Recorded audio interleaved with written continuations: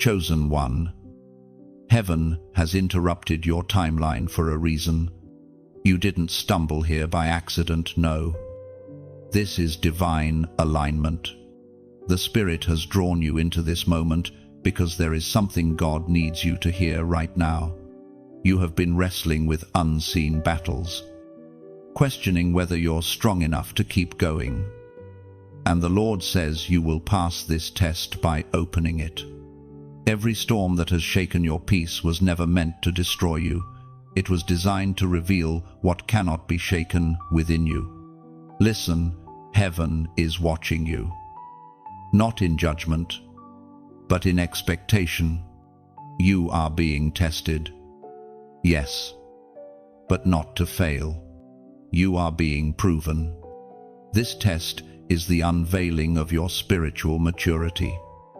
The moment where your faith stops being theory and becomes living proof. You've felt unseen, ignored, and forgotten. Nights have passed where you cried into the silence, wondering why answers took so long. But what you thought was delay was divine development. God was shaping your endurance, stretching your capacity to carry what's coming. The anointing you carry cannot be rushed. It is forged through fire, through waiting, through being misunderstood. And now, heaven whispers, you are standing in a holy interruption. What looks ordinary on the outside is divine on the inside. The video, the message, this moment, none of it is random. God has paused everything else in your day so you can hear this. You are not behind. You are right where He needs you to be for this test to reveal your next level. The voices of discouragement told you that you've failed too many times, that you've missed too many opportunities, that you're no longer chosen. But that's a lie. You cannot disqualify what God has already anointed.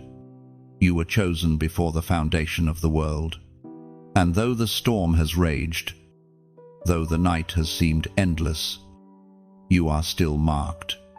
Heaven has not changed its mind about you. This test, this moment, it is not about proving yourself to others. It's about proving the faith that has been cultivated in the secret place. It's about showing the heavens that your yes still stands, even when the outcome is uncertain. God isn't asking for perfection. He's asking for your persistence, for your willingness to keep showing up, even when nothing makes sense. Do you feel that stirring in your spirit? That's not emotion. That's the Spirit awakening the chosen one within you. The same power that raised Christ from the dead is breathing strength into you right now. You may have walked here weary, but you won't leave the same. As the prophet wrote in the scroll of Isaiah, chapter 40, verse 31, "But those who hope in the Lord will renew their strength. They will soar on wings like eagles. They will run and not weary." That's your confirmation. You will soar again. You will rise above the pain that tried to break you. The Lord is giving you new strength, divine endurance, to carry what's next. The test you're in is not the end of you. It's the elevation of you.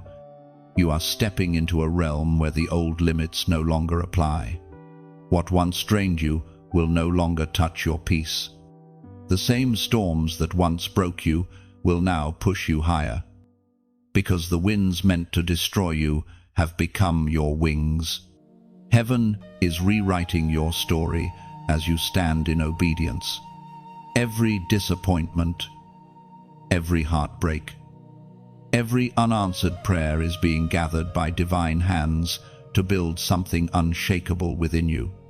What was meant for harm is transforming into a testimony of unstoppable grace.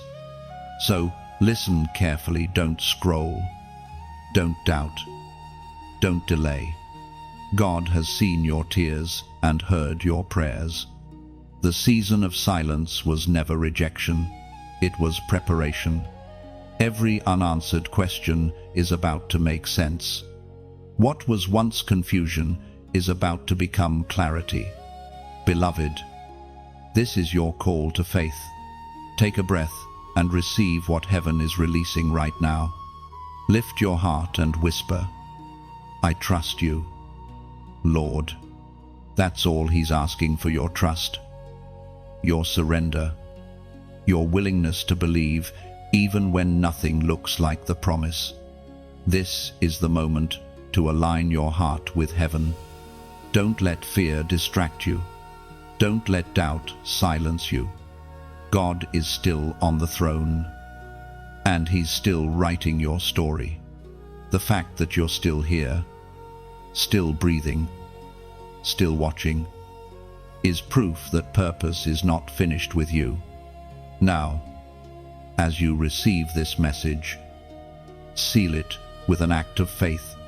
If this word resonates in your spirit, like this message, share it so another chosen one can hear it. And subscribe so you never miss what heaven releases next. And before you scroll away, type this prophetic number in the comments as a sign that you're opening the test God has placed before you, 777, because heaven is saying the test begins, and you will pass it. Chosen one. Now that heaven has awakened you, the curtain begins to lift on what this test truly is. You have been asking, Lord, why does it feel like everything I touch is delayed? Why does it seem like I'm walking in circles? But God says what you call delay was never punishment. It was preparation in disguise. You were not being held back. You were being positioned. Every moment of waiting has been divine training for the promise you are about to hold. Look deeper, and you'll see that every closed door carried a hidden lesson. You learned patience when the answer didn't come. You learned discernment when false opportunities appeared dressed as blessings. You learned to depend not on your own strength, but on His voice. This was the hidden curriculum of your current season 1, where silence spoke louder than words. You see, the hidden trial is never about what's happening around you. It's about what's happening within you. God uses stillness to reveal what noise has been hiding. In the quiet, you begin to see your fears, your doubts, your misplaced trust, and one by one, He begins to strip away every illusion until only faith remains. You have felt like everything is shaking. But what if that shaking is the evidence of your spiritual promotion? What if the things that no longer serve you are falling away because your next chapter cannot be built on unstable foundations? Heaven never removes something without the intention to replace it with something greater. Remember, when you thought you had lost everything, the people who left, the opportunities that vanished, the doors that slammed shut in your face, it all seemed cruel. Yet even in the loss, you were being preserved. God never wastes pain, He repurposes it. What broke your heart taught you compassion. What disappointed you taught you wisdom. What delayed you refined your character. The hidden trial was never designed to expose your weakness. It was meant to expose your strength. You wouldn't be here if you weren't chosen to carry this weight. The anointing on your life required testing, not to crush you, but to prove you could handle what's coming next. Do you remember those moments when everything went quiet, when heaven seemed silent, and you began to wonder if you were forgotten? In that stillness, God was actually the closest. He was listening to the prayers you couldn't even form. He was studying the posture of your heart. Sometimes silence isn't absence, it's observation. Heaven was watching how you would respond when there was no applause, no reward, no visible result. That's when faith is purified. When belief stops being about comfort and starts being about conviction. Chosen one, The test is hidden in the ordinary. It's not a thunderclap or a lightning strike. It's in how you respond when no one is watching. It's in how you treat those who cannot repay you. It's in how you forgive those who hurt you without receiving an apology. That's where the hidden test lives, in the small, unseen choices that reveal the true posture of your heart. And yet, through it all, God never took his eyes off you. The moment you felt most abandoned was when heaven stood guard around you. Angels were assigned to your name, guiding you away from traps you never even saw. That disappointment that hurt so deeply, it was protection. That no you received from heaven was mercy in disguise. The Spirit spoke through the prophet Jeremiah. Chapter 29, verse 11.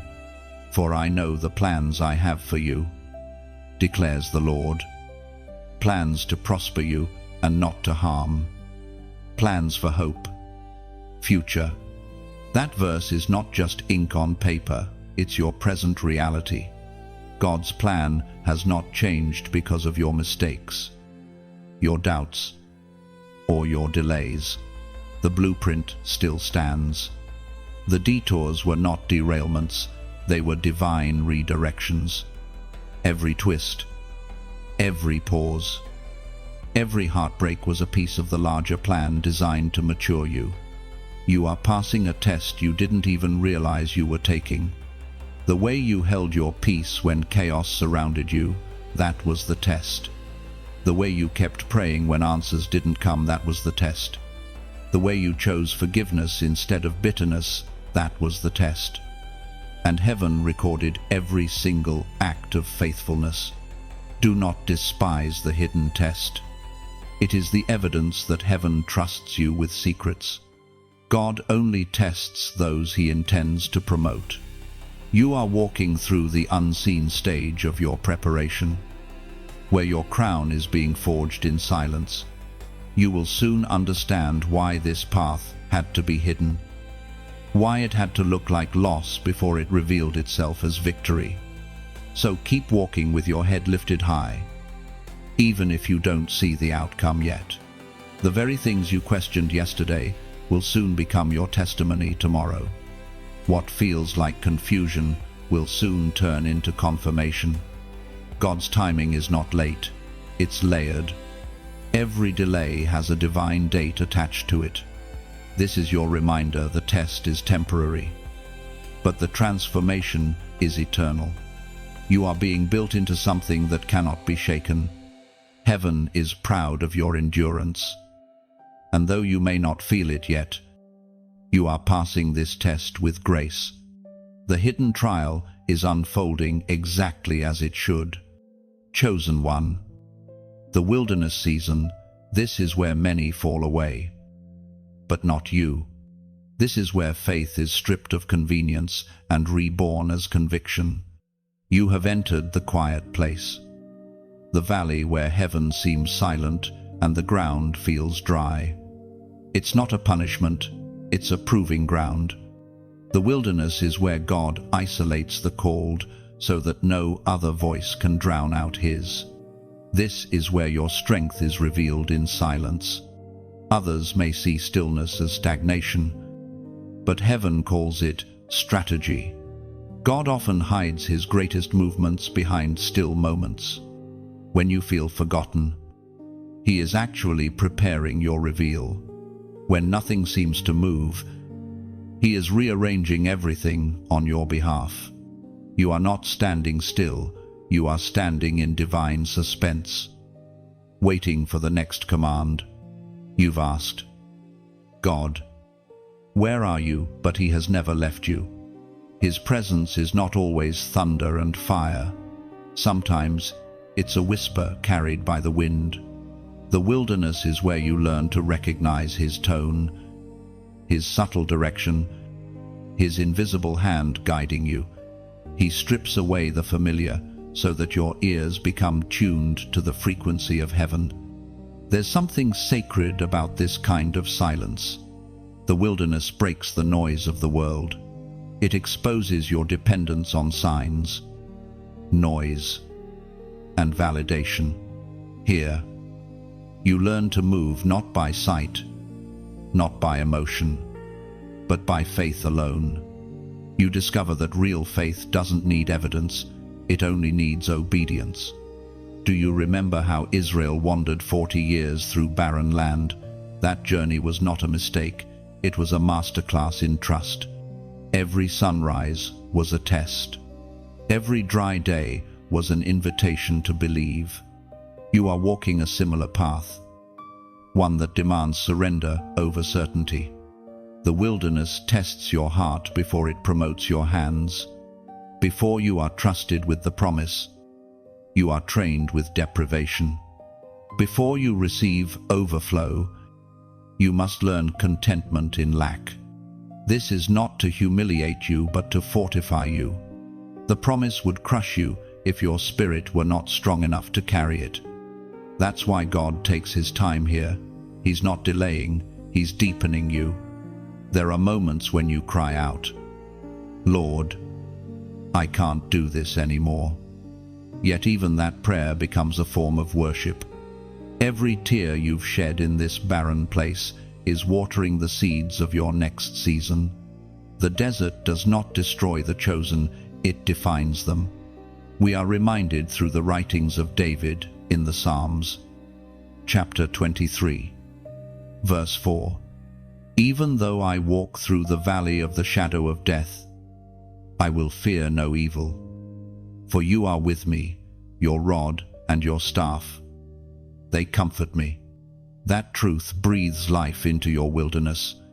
You are walking through the valley, not staying in it. The shadow that looms over you is only evidence that light still exists nearby. You have not been abandoned. You have been accompanied. Heaven has never left your side, not for a second. In the wilderness, you are learning what the anointed have always known, that isolation is not absence, it is invitation. God draws his chosen ones away from the crowd so he can teach them secrets meant only for warriors of light. Every day you wake up and choose faith again. You are passing another unseen test. You might not have applause right now, but heaven is standing. You might not see breakthrough yet, but the roots beneath you are stretching deep, anchoring your spirit so that when the wind comes, you will not be moved. There will come a day when you'll look back and realize the wilderness was where you found your true self. You'll see how the loneliness became your teacher, how the silence became your sanctuary, and how what felt like an ending was actually a sacred beginning. Listen carefully. The wilderness does not end with defeat, it ends with direction.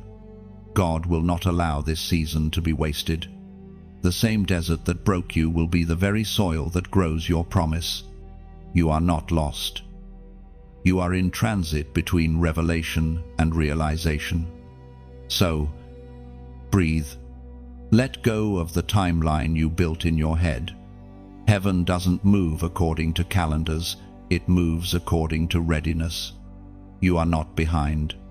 You are being refined. Now, as this truth settles in your spirit, take a moment to declare your faith in the midst of the wilderness. Type these words below as a prophetic act, "I'm still here." Write it not just as a comment but as a declaration, because you are still standing. After everything you've faced, after every heartbreak, after every unanswered prayer, you're still here. That means grace never left you. That means the promise still stands. You may be surrounded by uncertainty, but you are also surrounded by divine purpose. God has not changed his mind about you. The same hand that led you into this wilderness will lead you out. Hold steady. Beloved, the desert doesn't last forever, but what you learn here will. Chosen one, you now stand in the battlefield between voices, the voice of fear, and the whisper of destiny. It is here, in the tension between what you see and what you believe, that the next part of your test unfolds. This is not merely about survival anymore, it's about recognition. You must discern which voice truly speaks life. There are moments when the noise around you grows so loud that it's hard to tell who's speaking. Doubt disguises itself as logic. Fear dresses up as caution. The enemy tries to mimic the tone of your own thoughts, whispering words that sound like wisdom but carry the seed of hesitation. It says, "What if you fail again? What if you misheard God? What if it's too late?" Those phrases are not truth, they are traps. Every destiny carries within it a moment of confusion. The closer you come to your breakthrough, the more distorted the voices become. The enemy always amplifies noise when heaven is about to speak clarity. But God's voice does not compete for volume, it conquers through peace. You will know his whisper because it brings stillness to your storm. It may not explain everything, but it calms the chaos inside you. You are not losing your mind. Beloved, you are learning to hear differently. You are transitioning from reacting to listening, from chasing answers to carrying assurance. That's why the noise seems louder lately. It's the last attempt of darkness to distract you from the whisper of purpose that's been growing stronger in your spirit. Do not fear the silence between prayers and answers. That space is holy. It is the sound of heaven rearranging things in your favor. God is not ignoring you. He is constructing a response that will silence every critic and heal every wound. Many of the chosen ones face this battle. They hear the voice of discouragement, reminding them of every failure, every mistake, every delay. But God whispers, that was preparation, not punishment. The enemy shows you evidence of what went wrong. God shows you prophecy of what will be made right. One tries to bind you to the past, the other pulls you toward your promise. Which voice will you trust? Listen closely. The whisper of destiny rarely shouts. It doesn't demand your attention, it invites it. It speaks gently because it assumes you are close enough to hear. It doesn't compete with chaos, it outlasts it. And though fear may scream, destiny always waits. Sometimes the whisper comes through scripture. Sometimes it comes through an unexplainable peace in your heart. Sometimes through a memory that resurfaces out of nowhere. The method may change, but the message remains, you are not finished. You have to remember, fear is loud because it's desperate. It knows that once you truly hear what heaven is saying, you will never listen to fear again. That's why confusion intensifies before clarity arrives. The enemy attacks your hearing because your next victory will come through revelation, not effort. As the apostle reminds us in his letter to the Corinthians, chapter 2, verse 9, no eye has seen, no ear has heard, no mind has conceived what God has prepared for those who love him. That verse echoes through eternity like a quiet promise.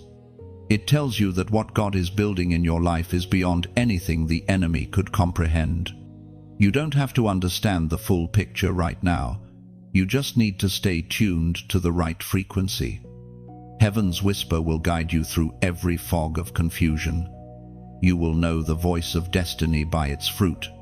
When God speaks, peace follows. When fear speaks, torment follows. When God speaks, hope stirs. When fear speaks, shame rises. So, pay attention not to the tone, but to the aftermath. Does it draw you closer to faith, or deeper into fear? That is how you discern the difference.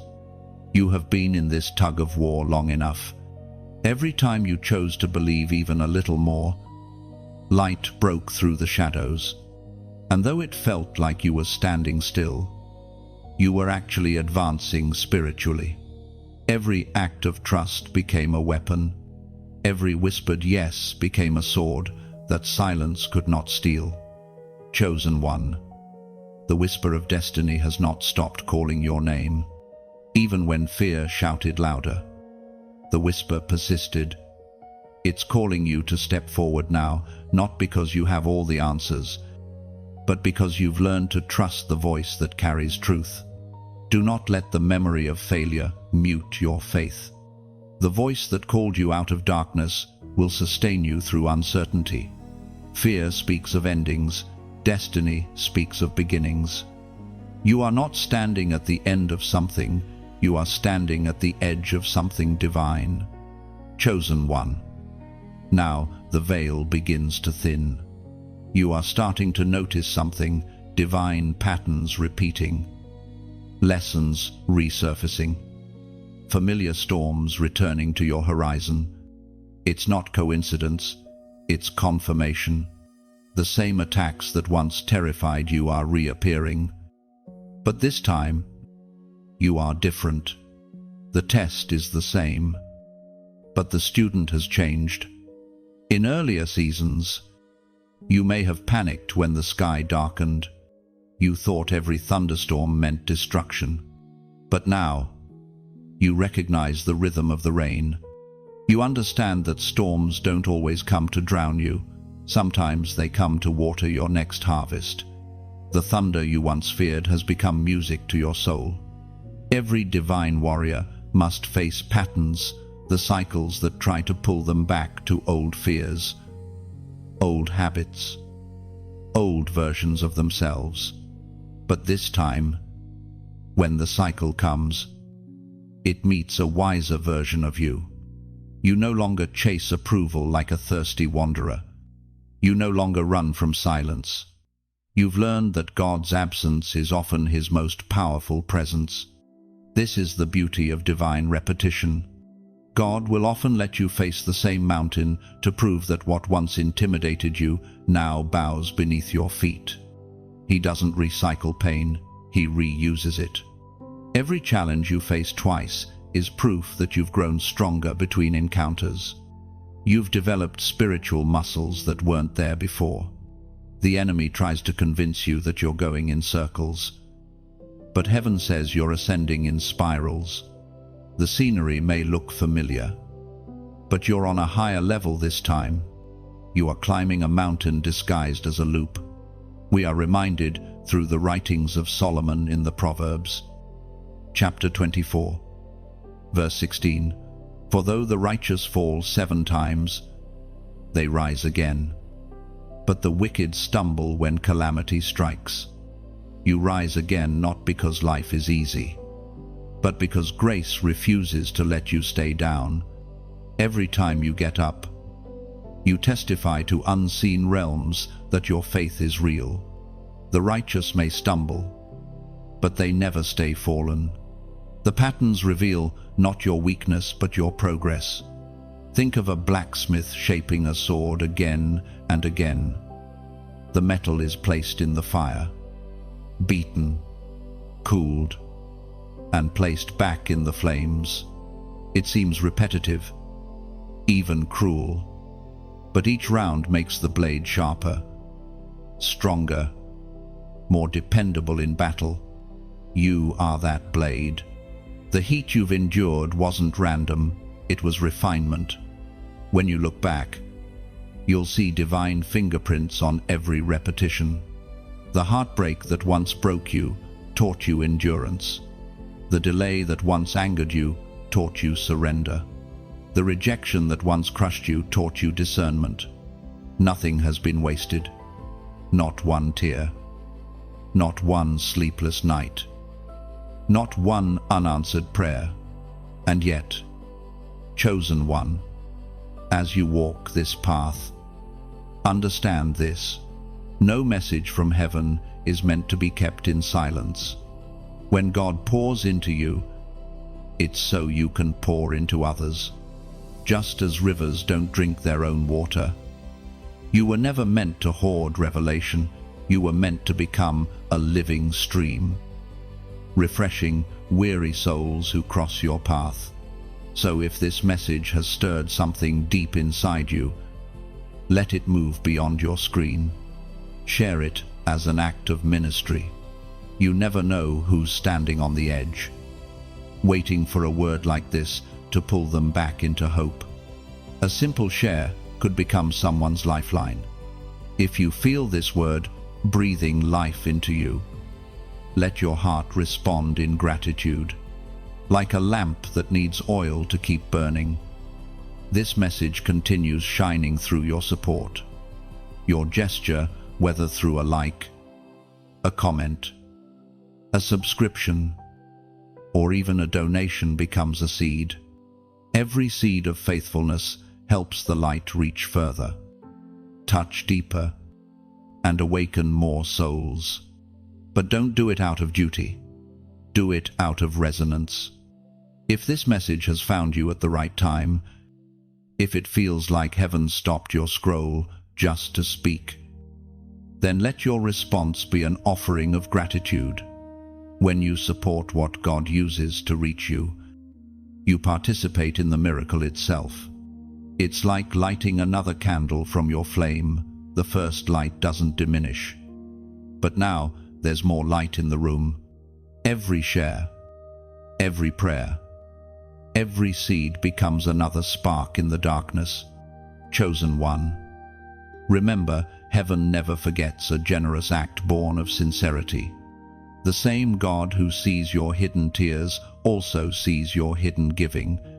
You don't give to gain. You give because you recognize grace when it visits your doorstep.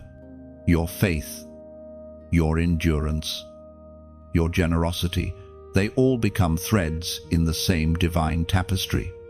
And one day, when you look back from higher ground, you'll see how every repeated test, every act of faith, and every small gesture of kindness wove together the story of your elevation. Chosen one. As the veil continues to lift, you begin to notice divine alignments, those moments that feel too precise, too timely, to be coincidence. The prophetic confirmation is unfolding around you.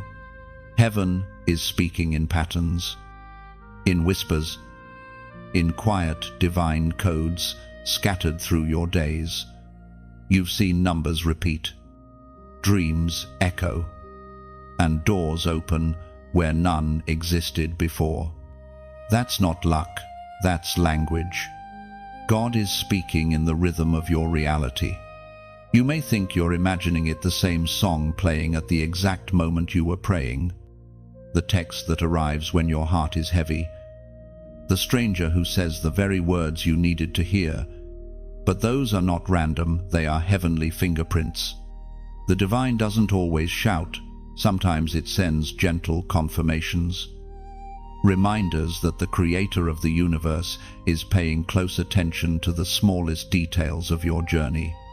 These confirmations don't come to entertain you, they come to strengthen your faith. God knows how fragile the human heart can be when it's weary, so he leaves evidence in the path like breadcrumbs of light guiding you forward, whispering, "Keep going. I'm still with you." At times, you've dismissed these signs, telling yourself, it's just coincidence. But there are no coincidences in the kingdom. There are only divine arrangements timed perfectly to the rhythm of your obedience. The moment you align your steps with heaven, even the smallest details begin to move in synchronization. You start to see it everywhere, in the timing of your conversations, in the peace that fills you unexpectedly, in the courage that returns just when you thought you had none left. That's the confirmation, not that everything is easy, but that everything is connected. Heaven is orchestrating what your eyes can't yet perceive. Remember this, God never sends confirmation without intention. Each sign is an echo of his promises, a whisper that says, I haven't forgotten what I told you. The numbers that keep appearing, the verses that repeat, the random messages that align with your prayers, they are not tricks of the mind. They are messages of mercy. The Spirit spoke through the prophet Habakkuk. Chapter 2, verse 3. For the revelation awaits an appointed time. It speaks of the end and will not prove false. Though it lingers, wait for it. It will certainly come and will not delay. That verse is your anchor. What God promised will arrive in its appointed time. The signs you see are not teasing you. They are tracing the outline of fulfillment. Heaven is saying, I am closer than you think. The delay was never denial. It was divine timing at work. Every time you notice one of those confirmations, a repeating number, a scripture appearing twice in one day, a word that keeps resurfacing, pause and breathe it in. Don't rush past it. That is heaven leaning close, saying, I see you. The prophetic often operates in whispers, and those who have learned to listen recognize it. That's you. Now you've grown sensitive to the sacred language of alignment. You no longer need loud signs. You sense the subtle ones. You can feel when the atmosphere shifts, when your spirit suddenly knows something divine is near. But this is also a test. Will you still believe, even when the signs grow quiet? Because the true measure of faith is not how you react when heaven speaks loudly, but how you endure when heaven only whispers. The signs are not the destination. They are the road markers on your journey of trust. Chosen one. Don't idolize the sign, honor the sender. The purpose of prophetic confirmation is not to keep you guessing, but to keep you grounded. Every symbol, every synchronicity, every divine echo is God reminding you that He is involved in every beat of your existence. You are living proof that heaven still speaks. And the same God who aligned these confirmations will align the fulfillment of your promises. The seed of faith you planted in prayer is sprouting unseen roots beneath the soil of silence. It's growing, even now. So when you see that familiar number flash before your eyes, or that verse appear again, don't ignore it. Let your spirit smile. Let your heart whisper back, I see you too, Lord. That simple acknowledgement becomes a bridge between heaven and earth, between the unseen and the visible. And now, as an act of recognition, as a sign that you hear heaven speaking, type this prophetic number below 444. Write it not out of superstition, but as a spiritual affirmation that you recognize God's divine patterns in your life. The number itself is symbolic. It represents foundation, stability, and divine order. When you write it, you're declaring that your steps are aligned with God's blueprint, that your house is being built on unshakable truth. As you do, remember this: every sign, every number, every whisper is not about chance, it's about covenant. God is reminding you that His promise over your life is secure. You may not see the full picture yet, but heaven has already completed it. All you must do now is trust the unfolding. Your prophetic confirmations are not ending, they are just beginning. The rhythm of heaven is tuning your heart to recognize the next chapter before it arrives. Stay watchful, stay faithful, and let every sign remind you you are not walking alone. Chosen one, the breaking point. This is where heaven's fire meets human weakness, where surrender is not failure, but the gateway to freedom. You have been holding on for so long, trying to stay strong when every ounce of you wanted to collapse. But listen closely, what you call breaking, God calls birthing. This is not the end of your strength. It is the beginning of His. You have been stretched, pressed, and pushed beyond what you thought you could bear. Nights blurred into mornings. Prayers felt unanswered. And your heart whispered, Lord, I can't do this anymore. Yet even that cry, fragile and trembling, reached heaven's throne. You didn't realize it. But that moment of weakness was your most powerful act of faith. When you reached the edge of yourself, you discovered the arms of God waiting to catch you. The breaking point is where pride shatters and humility becomes your greatest weapon. It's where you stop trying to control outcomes and start trusting the unseen orchestration of heaven. It's a sacred paradox. The moment you feel you've lost everything is often the exact moment you're about to gain what truly matters. God never wastes a breaking. Every shattered dream, every lost plan, every disappointment, He gathers them like fragments of glass, melting them in His refining fire until they become something stronger, something transparent enough for His light to shine through. What broke you yesterday is being transformed into the very thing that will bless you tomorrow. The enemy thought your breaking point would destroy you, but it has only revealed the depth of your resilience. You are not fragile. You are being refashioned. You are like clay in the potter's hands, spinning, reshaped, pressed down, and lifted again. And though the process feels violent, the intention is holy. As was spoken in the sacred texts of old, in the book of Romans, chapter 8, verse 28, and we know that in all things God works for the good of those who love Him, who have been called according to His purpose. That truth is not a comforting phrase, it is divine law. Even the things that made no sense, the seasons that felt wasted, the tears that fell without witness, every one of them is being woven into the pattern of purpose. The thread of pain is becoming the color of strength in the tapestry of your life. Chosen one, heaven sees how hard this has been. God knows the weight of what you've carried in silence. The battles fought behind your smile. But you need to know this, the breaking is not punishment. It is promotion. Before oil can flow, the olive must be crushed. Before wine can be poured, the grapes must be pressed. Before gold can shine, it must face fire.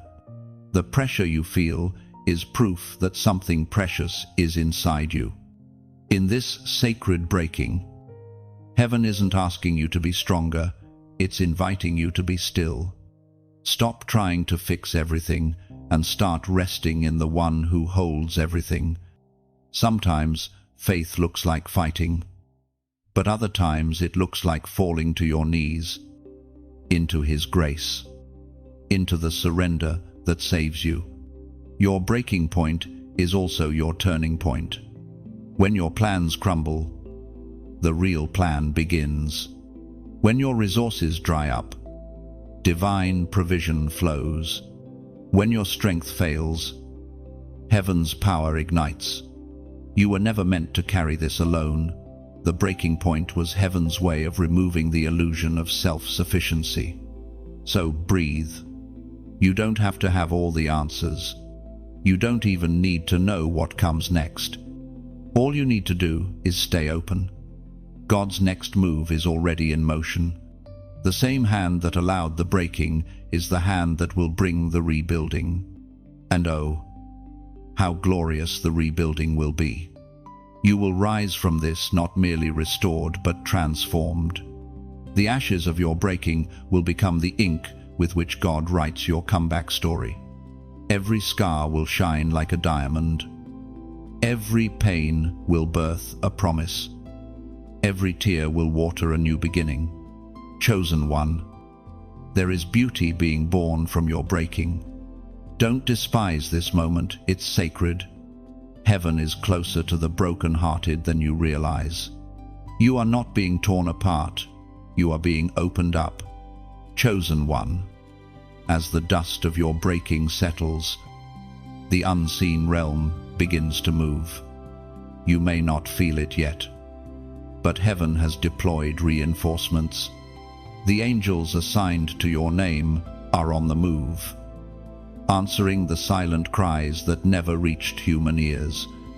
You are not walking alone. There is movement in the invisible. Every tear, every whispered prayer, every quiet surrender has triggered divine motion. You must understand, angels are not sent by emotion, they are sent by alignment. When your heart aligns with heaven's frequency, when you choose faith over fear, even in trembling, heaven responds. What felt like unanswered silence was actually a command preparing to manifest. There have been moments when danger surrounded you, but you walked through unscathed. Times when you should have broken beyond repair, but somehow you survived. That wasn't luck, it was protection. Angels stood at your side, unseen but not inactive, shielding you from traps that would have destroyed your destiny. The Word of God declares in the book of Psalms, chapter 91, verse 11, "For he will command his angels concerning you to guard you in all your ways." That verse is not poetic comfort, it is heavenly protocol. You have celestial guardians moving in silence, defending you in battles you never knew existed. When you felt alone, heaven was building a wall of light around you. When you were on the verge of giving up, divine hands steadied your soul. The world you see is not all that exists. Beyond sight, a spiritual war wages daily, light against darkness, faith against fear. Yet in that unseen battlefield, you are not defenseless. You are backed by the armies of the Almighty. The same host that surrounded Elisha when he was encircled by enemies surrounds you now. There are more for you than against you. The presence of angels doesn't always feel like a trumpet blast or a blazing vision. Sometimes it's the sudden peace that replaces panic. Sometimes it's the whisper that says, "Keep going." Sometimes it's the delay that saves you from danger. Heaven often hides protection inside inconvenience. Think about it, those moments when plans suddenly fell apart, when traffic delayed you, when something told you not to go, not to trust, not to step forward. That was divine interception. The angels were redirecting you from harm you never saw. You have felt surrounded by opposition, but the truth is, you have been surrounded by protection. Every plot against you has already been neutralized. Every weapon formed against you has already been dismantled in the spirit before it reached your reality. The enemy may try, but he cannot cross the boundaries heaven has established. You must know this: angels don't serve your will. They serve God's word spoken through your faith. When you declare truth, when you stand firm in the promise, when you speak life in the face of despair, heaven's armies move in synchronization with your obedience. Words of faith are signals to heaven's forces. When you speak with belief, you are not just praying, you are commanding alignment. Do not underestimate what your faith has activated. The moment you chose not to quit, heaven responded. The moment you forgave instead of retaliating, the heavens shifted. The moment you lifted your head after another disappointment, angels rejoiced.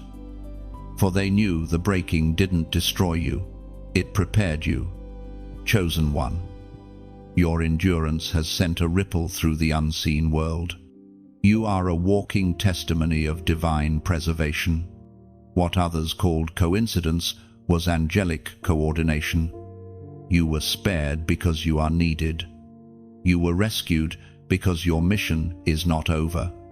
And even now, as you read this, something unseen surrounds you.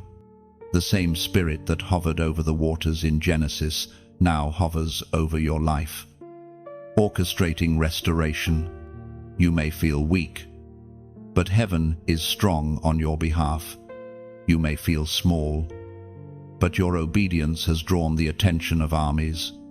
Do not fear the night. You are never unguarded. Do not doubt your worth. Heaven would not assign warriors to protect what has no value. You are sacred territory, light-marked, heaven-sealed. The angelic realm recognizes your name because it carries the imprint of divine purpose. There will come a day when you understand how many times grace intercepted disaster, how many invisible hands caught you before you fell, how many divine whispers rerouted your path.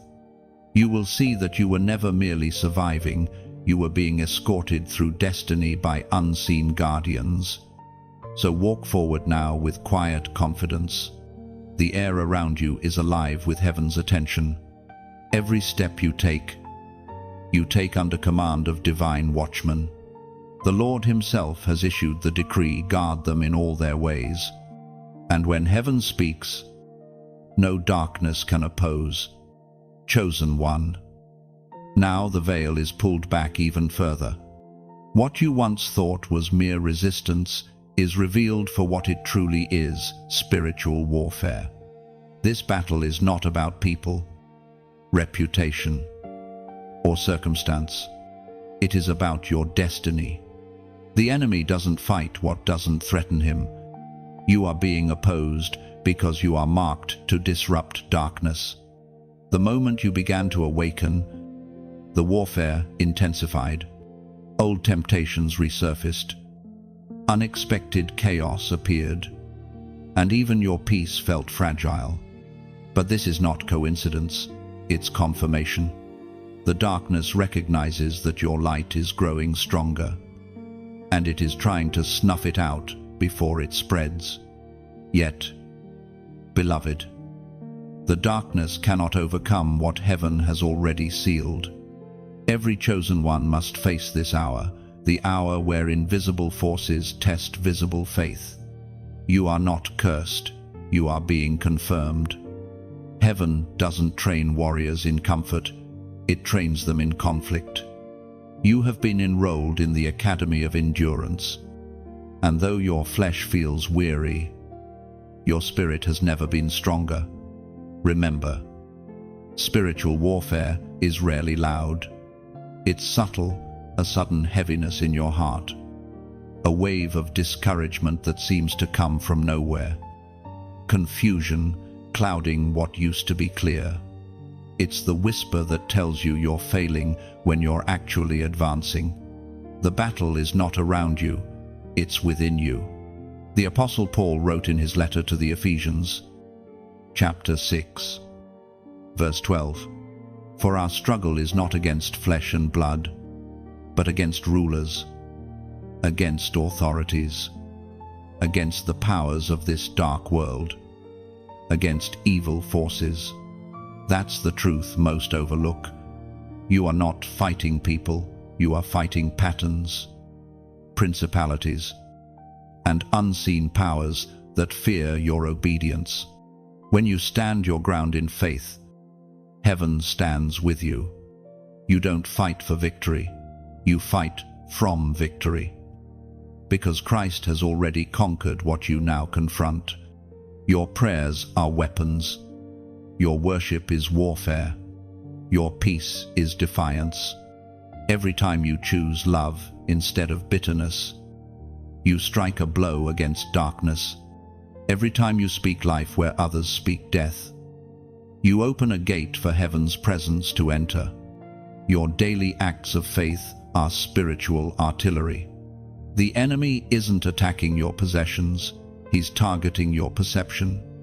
If he can convince you that God has abandoned you, He wins without lifting a finger. That's why you must guard your mind like sacred ground. Don't let stray thoughts camp there.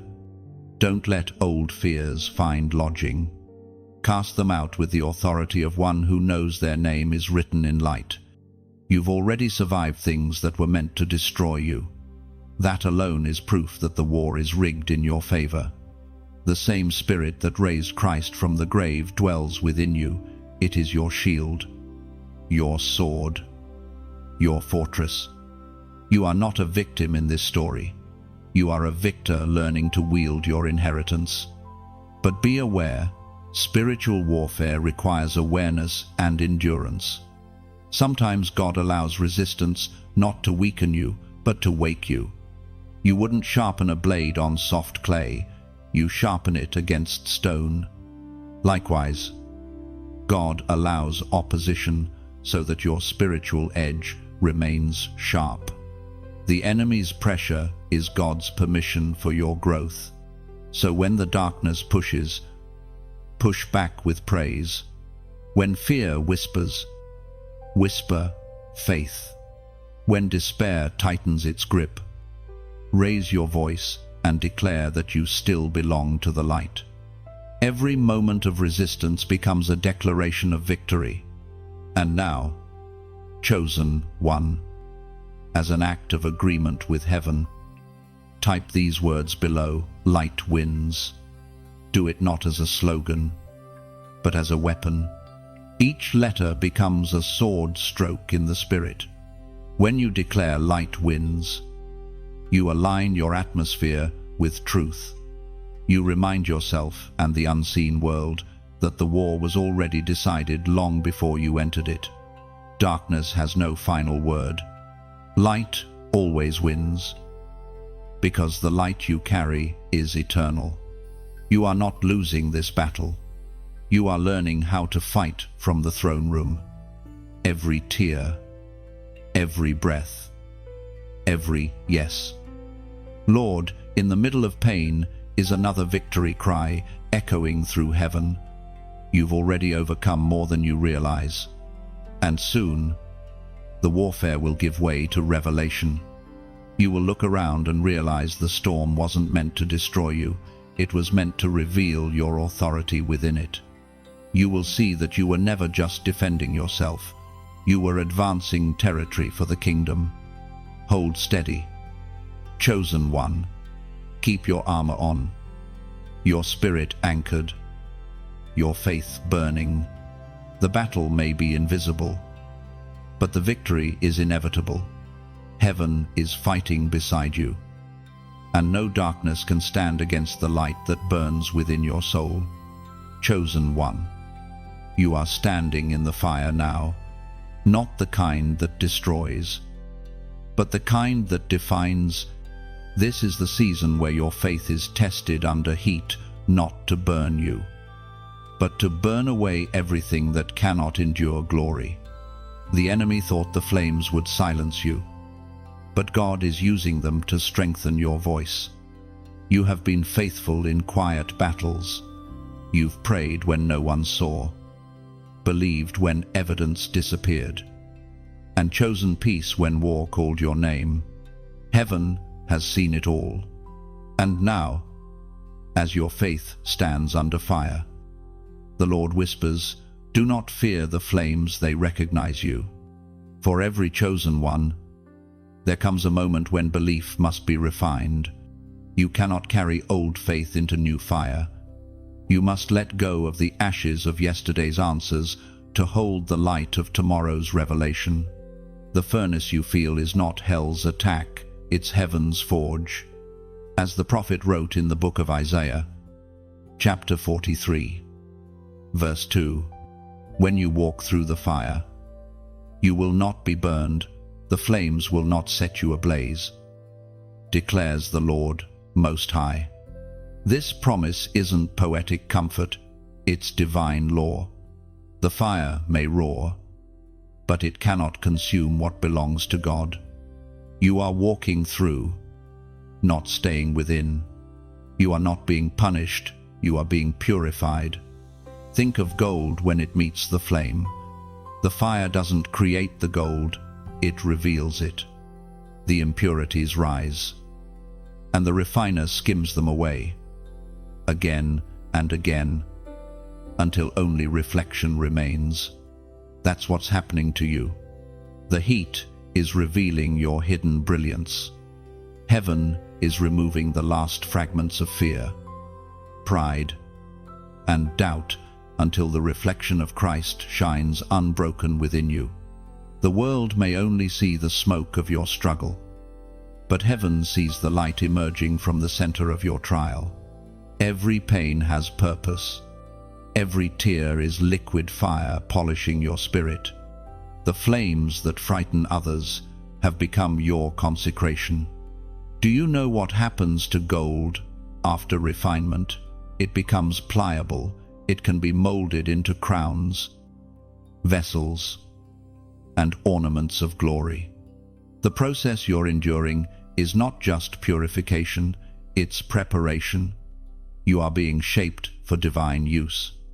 And as you walk through this season, let your endurance speak louder than your words. People may misunderstand your silence, but heaven applauds your steadfastness. The fire is your classroom, and the Holy Spirit is your instructor. He is teaching you how to glow without burning out, how to stand in flames and still speak of peace. When life turns into heat, remember the potter's kiln. Clay cannot become porcelain without the flame. The pressure you feel is creation happening. You are not cracking, you are curing. Every hardship is solidifying your identity as one who endures. Chosen one. If this message finds you trembling at the edge of exhaustion, let this be your breath of peace. You are not losing anything the fire takes. You are only shedding what you were never meant to keep. Every flame that touches your life is under divine command. Even the fire obeys your Father's voice. And in this sacred moment, I want to speak from the heart. Messages like this are not mere words. They are embers meant to reignite souls. If this message has stirred something inside you, consider helping keep the flame alive. When you like, share, subscribe, or even donate, you are not supporting a screen, you are fueling a fire that lights thousands of weary hearts. Think of it this way: when a candle lights another, the first flame doesn't lose its glow, it multiplies it. That's what your support does. You are passing the flame forward, helping light reach someone still lost in the dark. Maybe you've been touched by these words in a way that feels personal, intimate, as if heaven itself sat beside you. If that's true, it's because this is more than content, it's connection. Your kindness keeps that connection alive, extending it to souls you may never meet, but will one day recognize in eternity.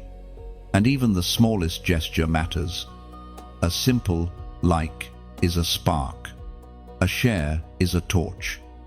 A subscription is a declaration that you refuse to let light fade in this generation.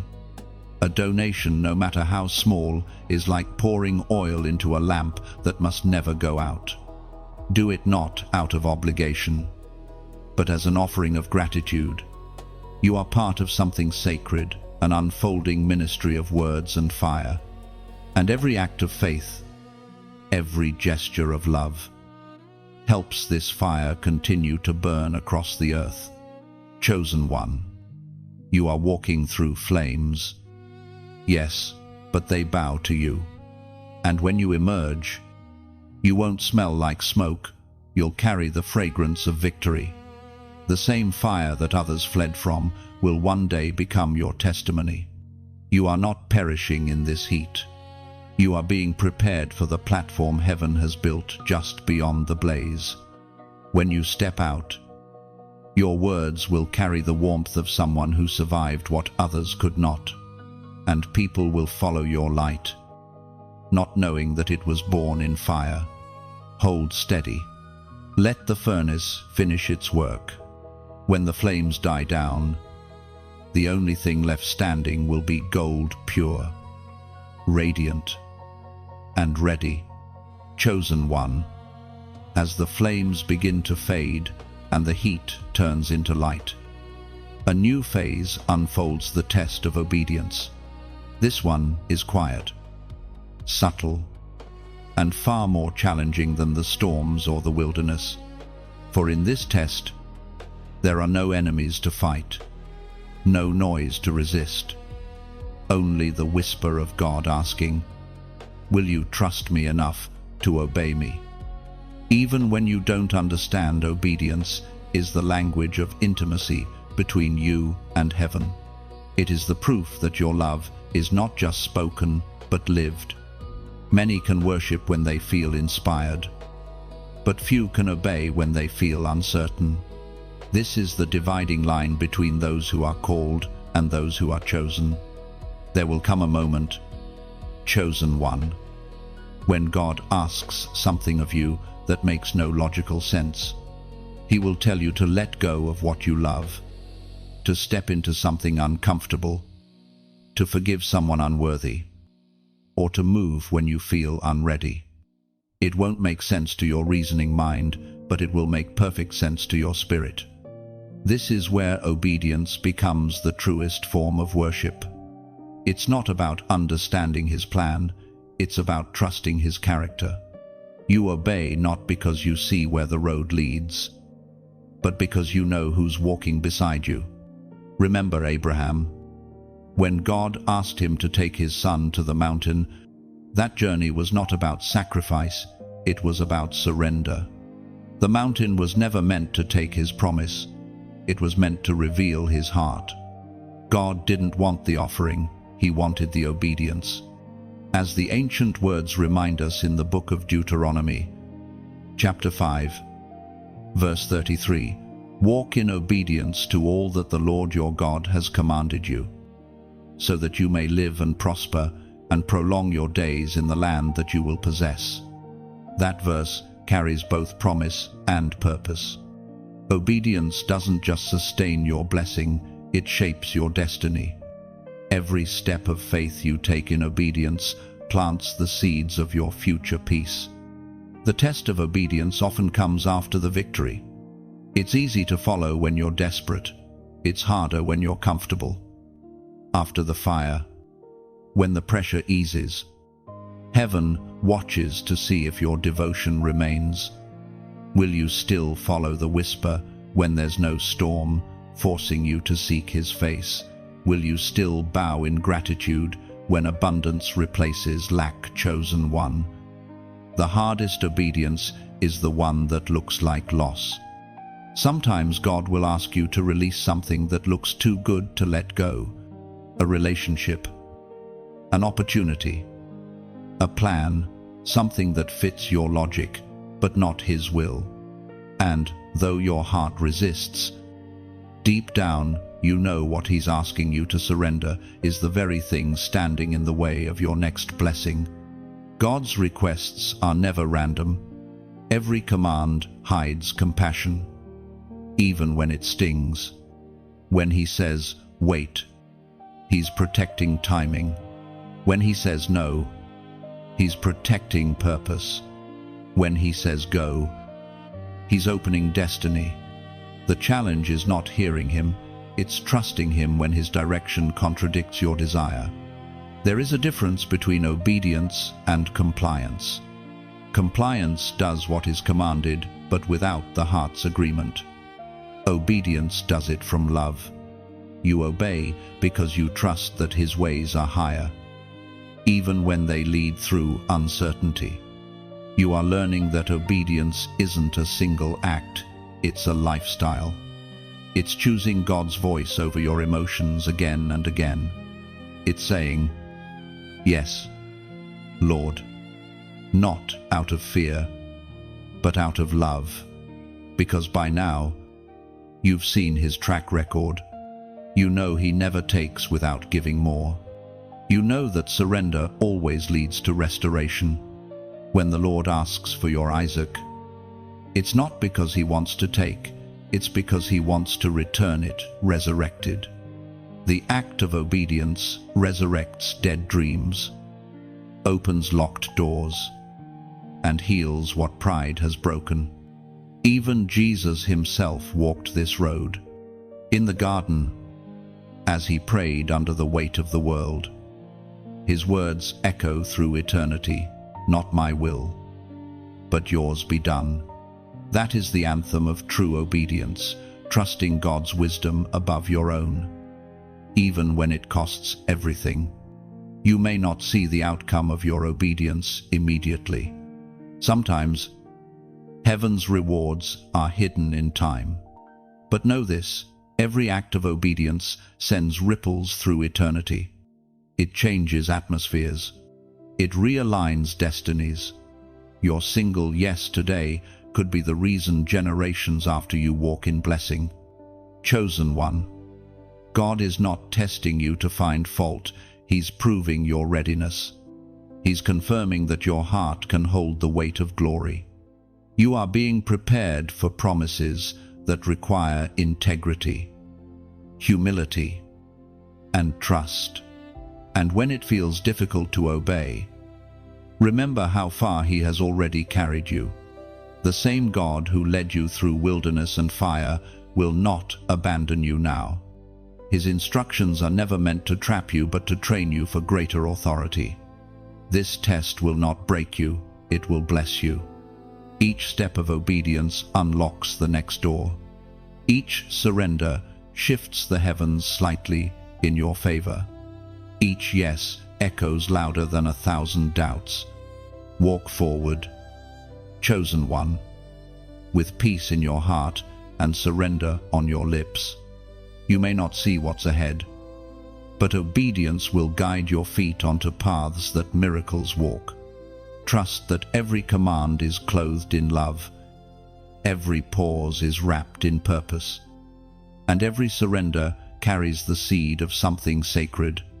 Chosen one, you have walked through fire, wilderness, warfare, and obedience.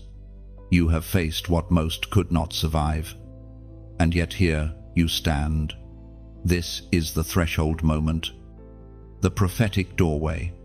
What has been shut for seasons is beginning to open. The locks that once resisted are clicking free. What was delayed is now being delivered. You are not waiting for the door to open, it is waiting for you to arrive. Every test up to this point was meant to prepare your spirit for this exact crossing. The door before you is not made of wood or iron, it is made of timing. It doesn't respond to force, it responds to readiness. And heaven whispers, "You are ready now." You've prayed for this door. You've fasted for it, wept for it, even doubted if it still existed. But God is faithful. He never builds doors without building those who will walk through them. That's why it took so long. The promise was never the problem, your preparation was.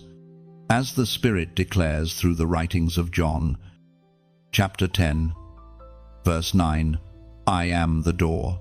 Whoever enters through me will be saved.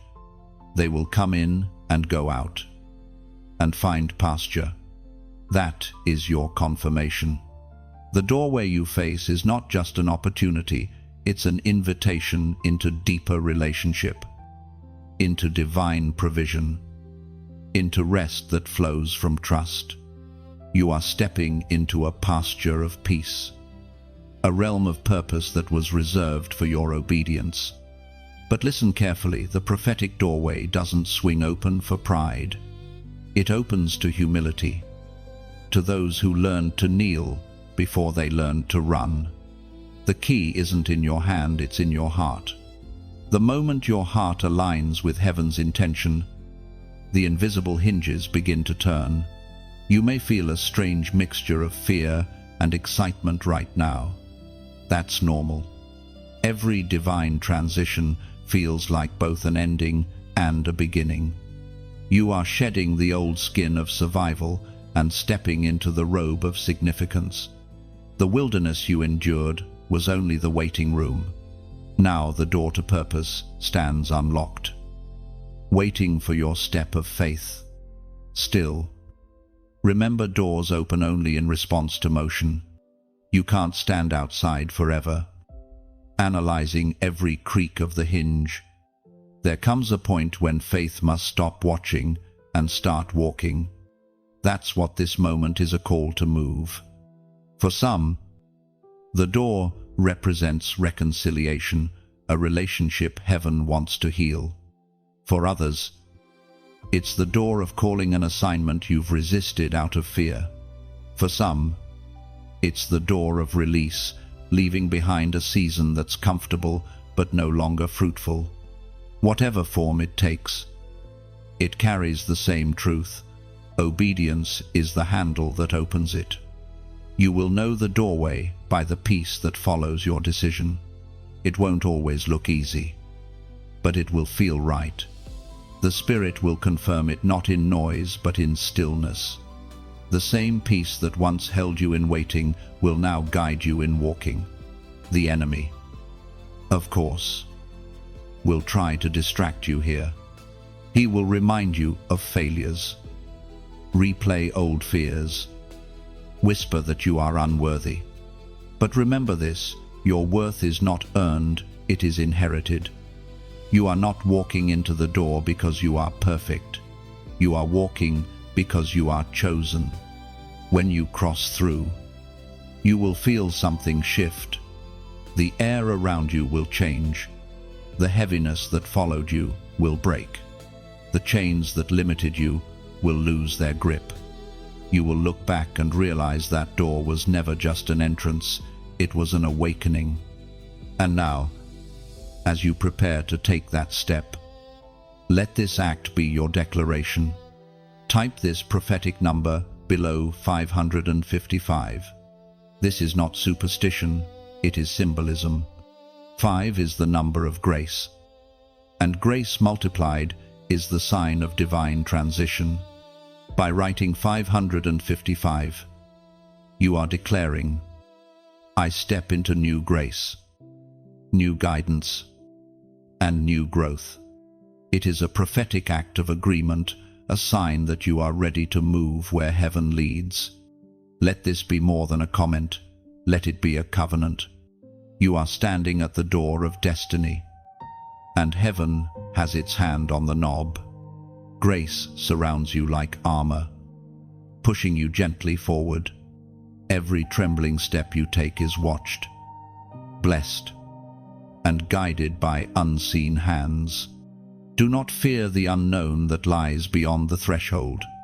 What awaits you is not chaos, it's calling. You are not stepping into darkness, you are stepping into destiny. The same God who brought you to the door will walk you through it. And when you cross over, things that once felt heavy will suddenly feel light. Ideas will flow like rivers. Connections will align effortlessly. And doors within doors will begin to open. For when you obey the first instruction, heaven multiplies the next. This is the moment. Chosen one. Not next week. Not next year now. Step forward. And don't look back. The old season cannot follow you where you are going.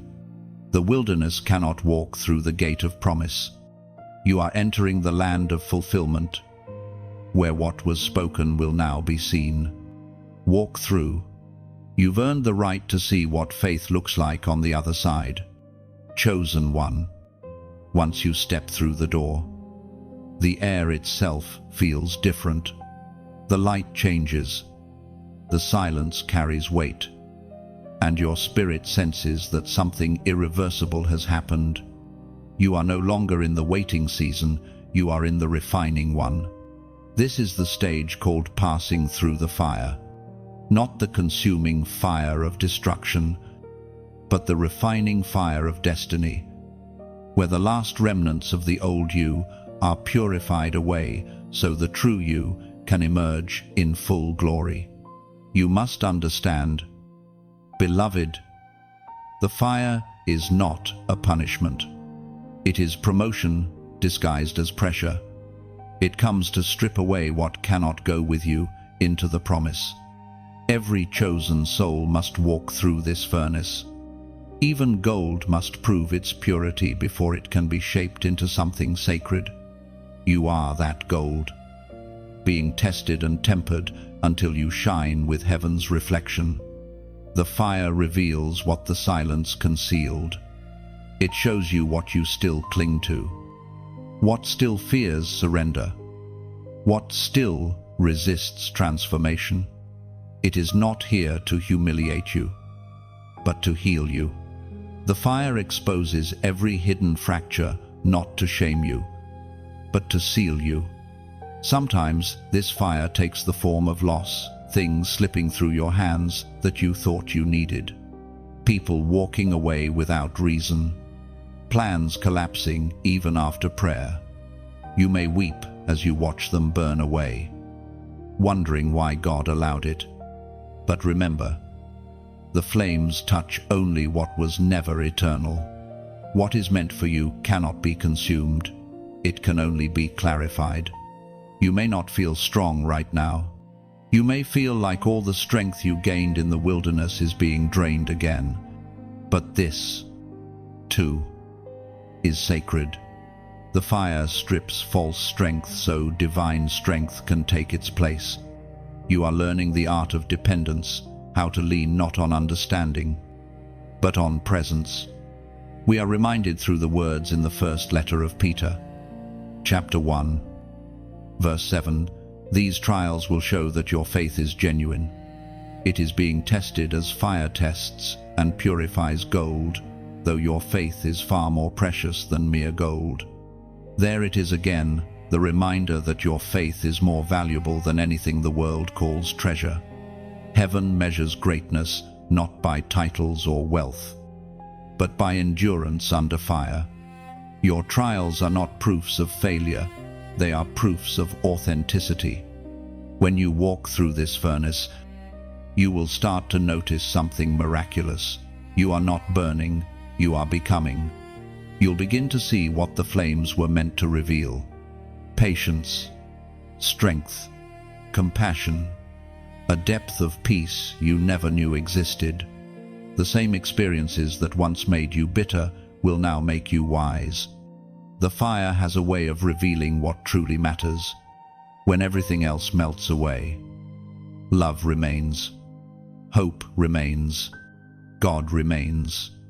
And in those ashes, you realize that losing everything that could burn was actually the mercy of being left only with what cannot. You might still carry the smell of smoke, the memories of pain, the ache of disappointment, but even that will fade. The longer you stay in God's presence, the more the scent of glory replaces the scent of grief. The heat that once scorched you now strengthens you. There is something mysterious about those who have passed through fire. Their eyes carry light others cannot describe. Their voices carry weight because they have spoken from the furnace. When they say God is faithful, it is not cliché, it is carved from experience. That is who you are becoming, a vessel whose testimony carries the heat of authenticity. Chosen one. The fire also refines your discernment. You begin to sense truth instantly, to see deception where others see charm. Flames burn away the illusion of surface appearances. After walking through the furnace, you no longer chase what glitters, you seek what glows. You've learned to recognize substance over spectacle, holiness over hype. You must also know that fire precedes favor. Every great anointing is birthed in a season of burning. The prophets, the apostles, the saints, they all walked through something that tried to end them before God elevated them. So if your world feels like it's on fire, rejoice quietly. You are closer to your crown than you think. In the days ahead, you will begin to see the first signs of transformation. Areas that once brought pain will begin to produce peace. People who misunderstood you will start to fade from your focus. Your energy will shift from surviving to serving. From asking, "Why me?" to whispering, "Thank you." You won't need to prove your growth. It will speak for itself. The fire has its own fragrance, a mixture of resilience, grace, and unshakable calm. When others fall apart, you will remain steady, not because you're stronger, but because you've already been through worse and come out shining. Soon, others will look to you for warmth, for guidance, for light. They won't know that your glow came from fire, that your calm was learned in the chaos. But heaven will know. And every time your presence brings peace to another soul, it will echo the purpose of every flame you endured. So stand firm. The fire is not eternal, but its effects are. When this season passes, and it will, you will emerge refined, radiant, and ready for greater glory. The furnace is not your final destination, it's your formation ground.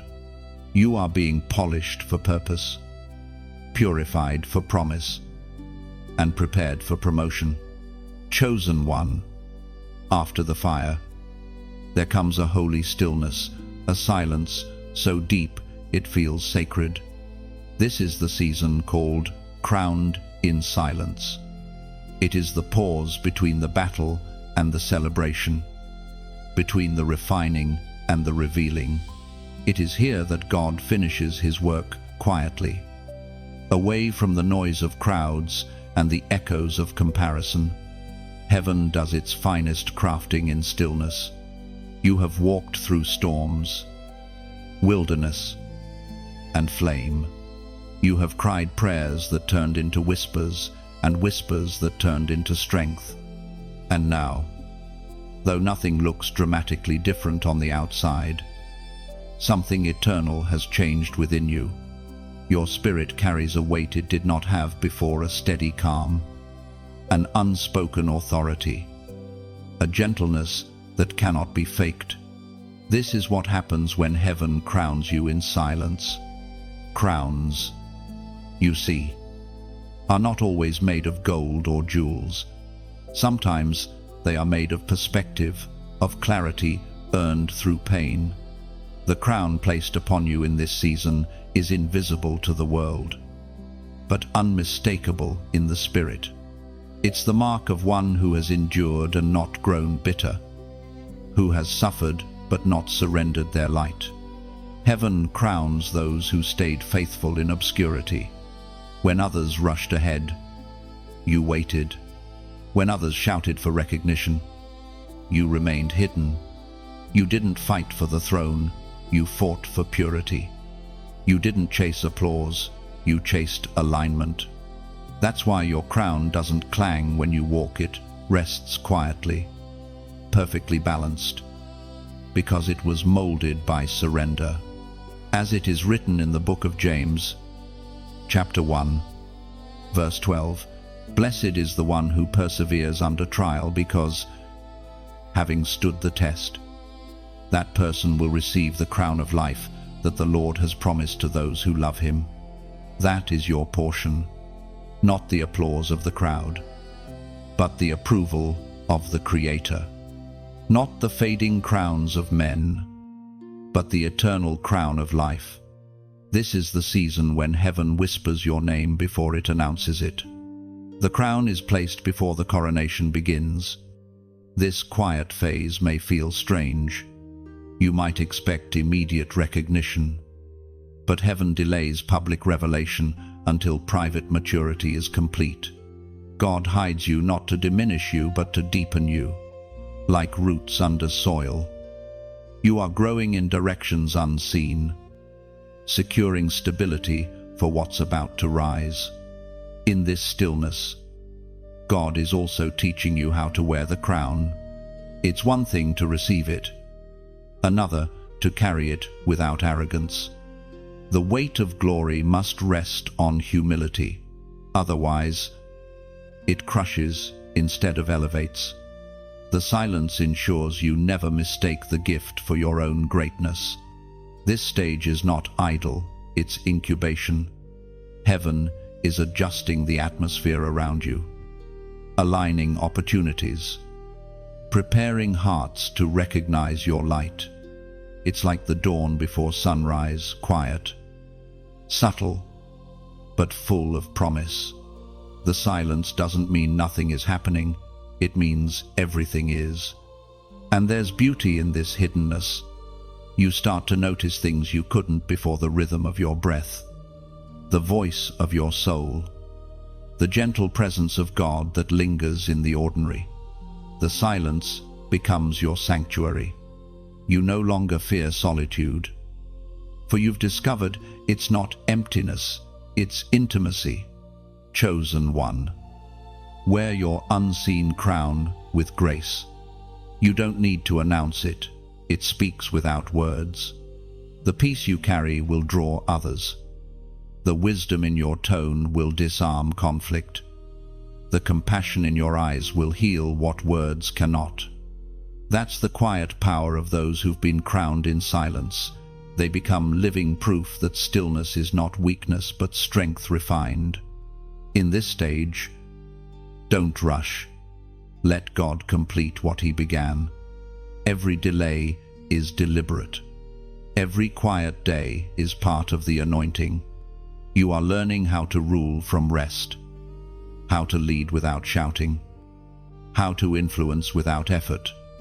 The world teaches performance, heaven teaches presence, and you, chosen one, are mastering the art of divine presence. There will come a day when heaven's silence breaks into sound, when doors open and your name is spoken in rooms you've never entered. But when that moment comes, you will not be overwhelmed. You'll walk with quiet confidence, because you've already been crowned where no one saw. You won't need validation to confirm your value. You've already heard the only voice that matters. And when God finally reveals what He's been shaping, people will see the glow. But only you will know the cost of the fire that formed it. Until that unveiling, remain anchored in gratitude. You are living proof that purpose survives the storm. That crown you wear silent, sacred, unseen is your testimony that endurance is rewarded and faith never returns empty. Let your calm become your declaration, your peace become your praise. You have been crowned not because of what you achieved, but because of what you endured. And soon, heaven will make public what it perfected in private. Chosen one, the silence has done its work. The crown has settled on your spirit, and now the wind begins to shift again. This is the season when heaven brings your elevation into the open. The time of quiet proving turns into a time of visible fruit.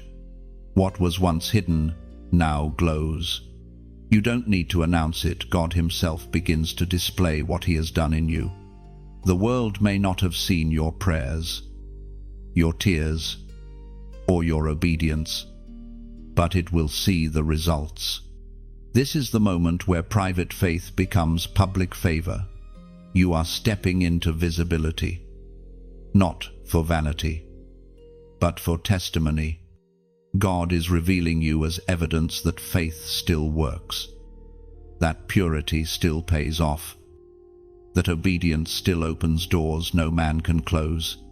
The prophet wrote in the book of Psalms, chapter 75, verse 6, "For promotion comes neither from east nor west, nor from the south. It is God who judges. He puts down one and exalts another." That's the truth that defines your rise. What's happening to you is not luck, it's divine timing. Heaven's calendar just reached your name. The years you spent sowing in tears are beginning to yield harvests of joy. Every unseen seed you planted in faith is breaking through the soil of time, blossoming in front of those who doubted you. But this elevation is different. It carries weight, not pride. It calls you to serve, not to boast. God didn't raise you to stand above others. He raised you to lift them. You are like a lighthouse now. Your purpose is not to escape the storm, but to guide others through it. The light in you is not for decoration, but direction. When people see you shining, they will ask, "How did you survive all that?" And your answer will not be long or loud. It will simply be grace. You will smile, and they will feel peace, not envy. You will speak, and they will sense hope, not comparison. That's the power of those who've been refined by humility. They rise without arrogance. They lead without noise. Chosen one. This is also the time to recognize how sacred connection works. Light only travels when it is shared. A flame kept hidden under a bowl dies from lack of air. But when exposed, it illuminates the whole room. In the same way, when you share the light God has ignited in you, whether through your words, your giving, or your actions, you keep it alive and let it grow. If this message has stirred something in your spirit, don't let it end here. Share it not for numbers, not for fame, but because someone else is walking where you once walked. Someone is on the edge, praying for a sign that they can rise again. Your share, your comment, your small act of obedience could be the bridge between their despair and their deliverance. A like might seem small, but it's an echo, a digital amen that sends the message further. A comment becomes a testimony, proof that light still reaches hearts. When you subscribe, you're not joining a list, you're joining a movement, a circle of light bearers keeping this fire burning. And if your heart leads you to donate, think of it not as a transaction, but as an offering, a way to pour oil into this lamp so it never goes out. Every act of support is another log on the fire. You're helping the warmth spread further, reaching those who still stand in cold shadows. You're not just giving, you're investing in transformation. Think of it as sending a message into the night saying, "You're not alone. Light still lives." And even beyond this screen, your life is a donation of light. Every time you choose compassion over indifference, forgiveness over revenge, generosity over greed, you are adding warmth to a world that has forgotten what love feels like. You are the sermon that never ends, the message that keeps speaking when the words fade. So let this not be another message you scroll past. Let it be a seed you plant. Engage with it, nurture it, and let it grow in you. When you comment, speak life. When you share, release light. When you give, do it from the same spirit that gave you this word freely, sincerely, and with joy. Because what you're witnessing now isn't just a rise, it's a relay. The baton of faith, the torch of truth, is passing through you to others. You are part of the divine network heaven uses to heal the world. One act of love at a time. Chosen one. Your public elevation has begun, but your posture must remain the same, humble, grateful, generous. Remember, crowns are not meant to sparkle in pride, but to reflect the light of their maker.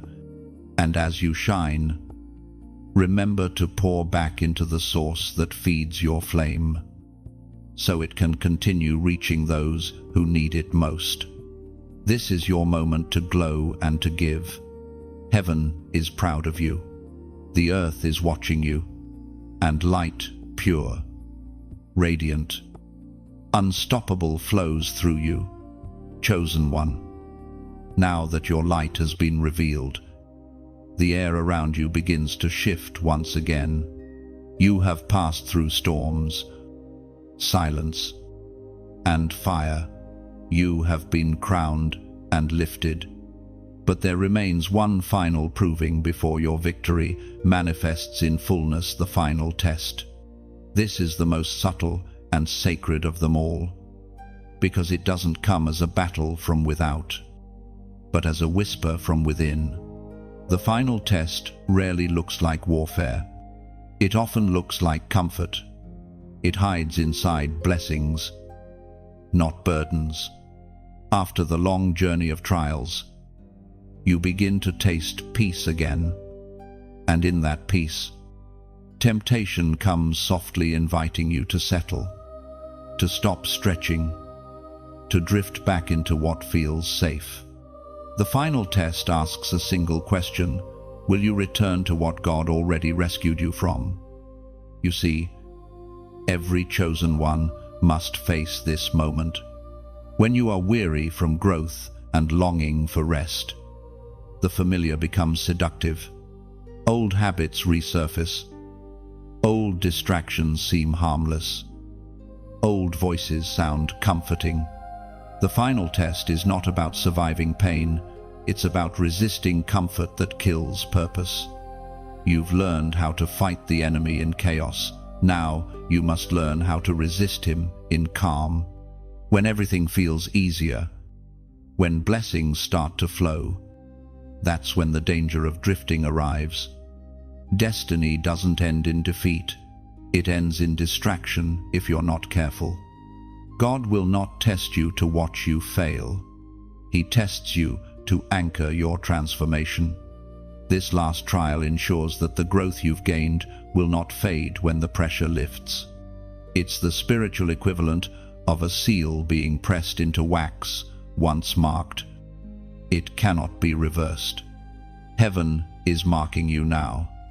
As it is written in the Gospel of Luke, chapter 16, verse 10, "Whoever is trusted with very little is also trusted with much.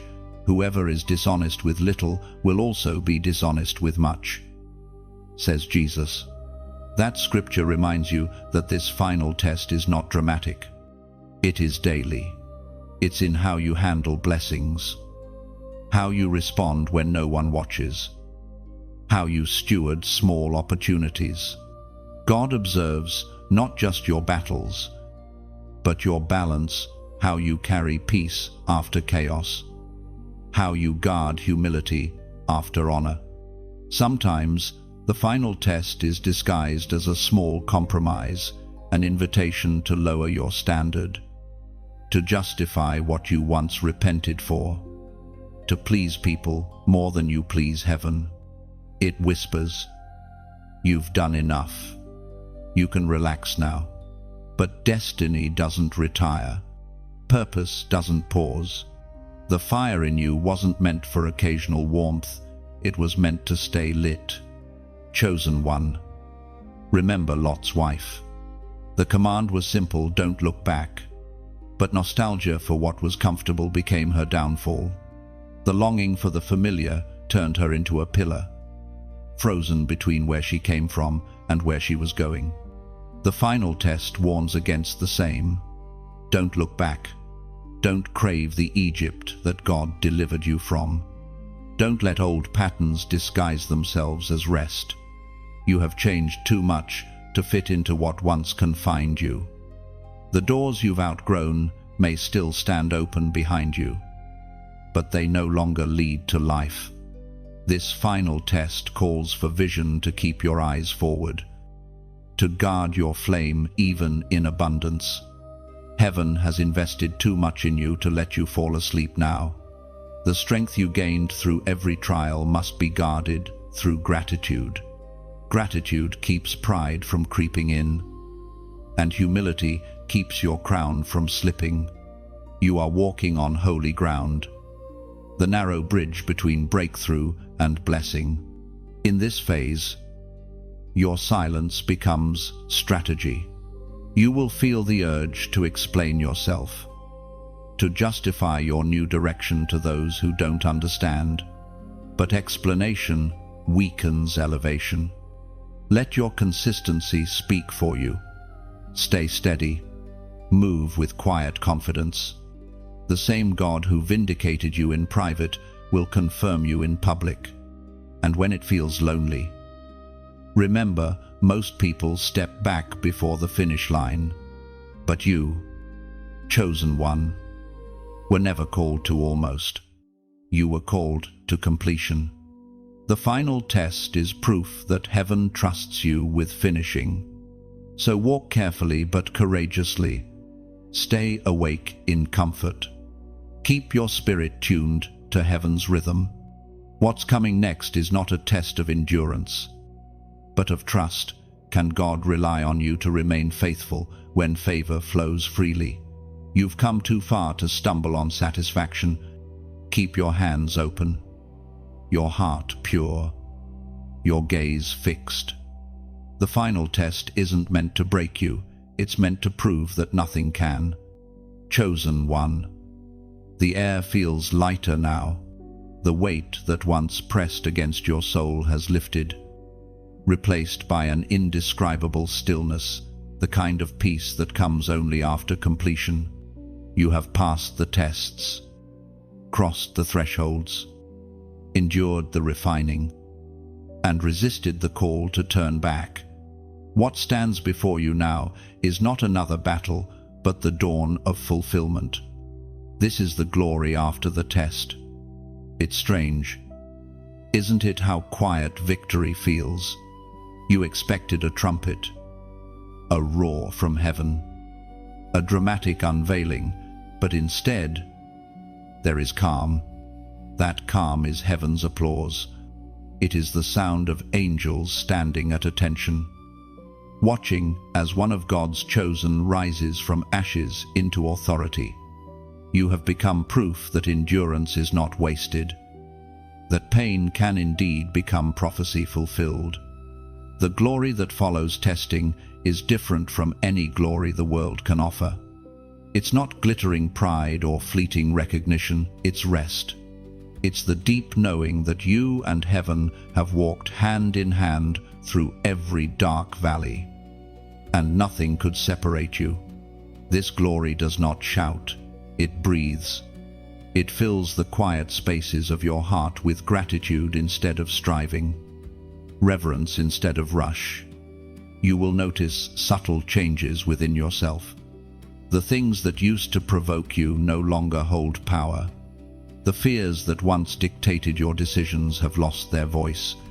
Your heart has become steady, anchored in trust, glowing with peace that defies understanding. That is the evidence of transformation. It doesn't announce itself, it simply is. As it was spoken through the Apostle Paul in the second letter to the Corinthians, chapter 4, verse 17. For our light and momentary troubles are achieving for us an eternal glory that far outweighs them all. That eternal glory is what you are stepping into now. The struggles that once consumed you have become the very stones paving your path. Every delay, every tear, every rejection, it all converged into a single truth. God was never withholding from you. He was waiting until you were ready to hold what He had prepared. Glory after testing doesn't come as one grand event. It unfolds slowly, like sunrise over a quiet sea. Each morning brings new revelation, new strength, new opportunities that fit you perfectly because they were molded for the refined version of you. This is not the reward for enduring pain, it is the result of transformation. The testing didn't earn you favor, it made you capable of carrying it. You are now a vessel that leaks light wherever you go. Your presence will begin to heal others without effort. People will find peace around you and not know why. It's because the glory of endurance has settled upon you. The oil produced from your pressing now flows freely. It carries wisdom, compassion, and authority that cannot be imitated. But even here, in the place of completion, humility remains your anchor. The same grace that lifted you sustains you. Never forget the path that brought you here, for it holds the language of empathy. Those still in the wilderness will look to you for guidance, and you will lead them not with instruction, but with understanding. Your scars will become your credentials. Chosen one, the glory after testing is also a calling. Heaven doesn't crown you for comfort, it crowns you for commission. You are now sent to light the way for others, to speak hope into valleys, to remind the weary that their breaking is not their end. The light you carry is not for display, it's for direction. You may not feel entirely ready, but that's the beauty of divine calling. No one ever is. The readiness lies not in confidence, but in surrender. You are already equipped, already anointed, already positioned. Heaven has finished the work within you. Now it is releasing you into the work around you. Soon, you will look back on this journey with tears of awe. You'll realize that every unanswered prayer was answered differently. Every delay was protection. Every silence was strategy. You will thank God for not giving you what you wanted, because He was always preparing to give you what you needed. And when you stand before the next horizon, with wind on your face and peace in your heart, remember this: the tests did not define you, they revealed you. You were chosen long before the trials began. And through every fire, God was not testing your worth but unveiling your nature. You have emerged refined, resilient, radiant. You are the living evidence of heaven's patience and power. This is the glory after the test, not applause, not fame, but peace, purpose, and presence. You have passed through the valley and now stand in the light. Chosen one, if these words have spoken to your spirit, if something within you stirred, healed, or awakened, don't let this be where it ends. Let this message continue its journey through you. Somewhere out there, another soul is standing where you once stood, tired, searching, and on the edge of giving up. Your small act could be their divine interruption. When you like this message, you're not just tapping a button, you're sending a ripple through the digital sea, helping light reach hearts still hidden in shadows. When you share it, you're becoming a messenger yourself, a vessel of hope carrying heaven's whisper to someone scrolling through silence. And when you subscribe, you're joining a circle of light bearers, a community of chosen ones walking this path together, strengthening one another, reminding each soul that destiny is still alive. This space isn't about numbers, it's about names, souls written on the palm of God's hand, connected by divine design. If this message met you right where you needed it, take a moment and write in the comments what it awakened in you. Maybe it's a word, a prayer, or even just a feeling. Your words might be the confirmation someone else is praying for right now. And if your heart feels led to give, whether through time, prayer, or support, know that your offering becomes the oil that keeps this flame burning, reaching further, shining brighter. Thank you for being part of this divine movement, for listening, believing, and becoming. May the light within you never dim. Keep walking, keep sharing, and keep shining. Your journey doesn't end here. Chosen one, it begins again, in someone else's healing.